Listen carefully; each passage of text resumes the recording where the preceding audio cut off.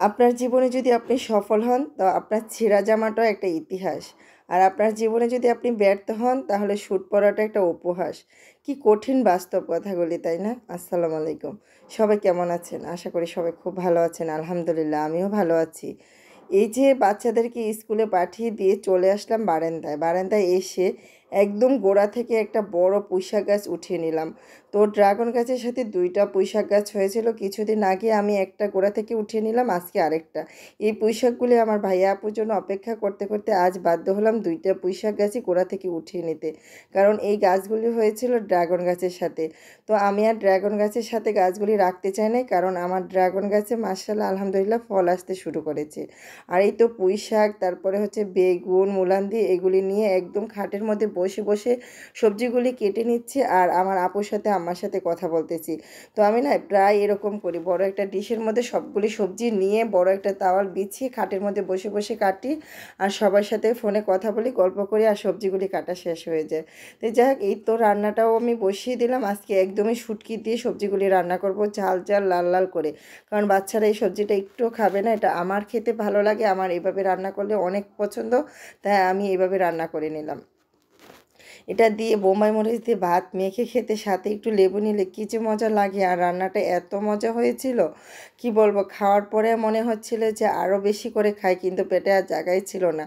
এত মজার একটা সবজি রান্না, এটা আমার অনেক বেশি পছন্দ।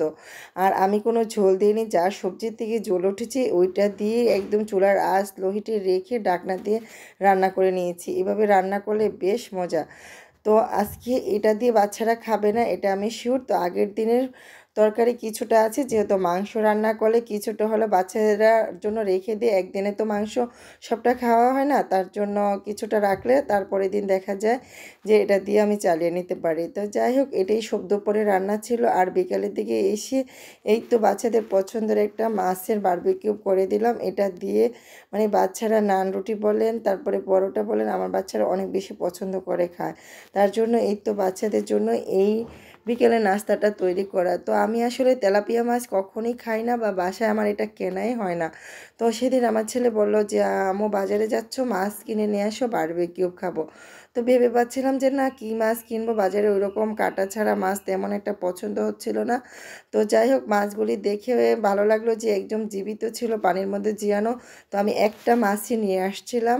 তো এটা দিয়েই আমি আজকে বারবিকিউ করতেছি। আসলে মাছটা ছোট হলো দেখতে, মাছটা 150 টাকা দিয়ে কিনেছিলাম, এটি হলো মজার বিষয়। তো যাই হোক, আপনারা হয়তো খেয়াল করেছেন আমি কি কি পরিমাণ মতো মশলা দিয়েছি। সব কিছু মশলা দিয়ে মেরিনেট করে 1 ঘন্টা রেখে দিয়েছিলাম।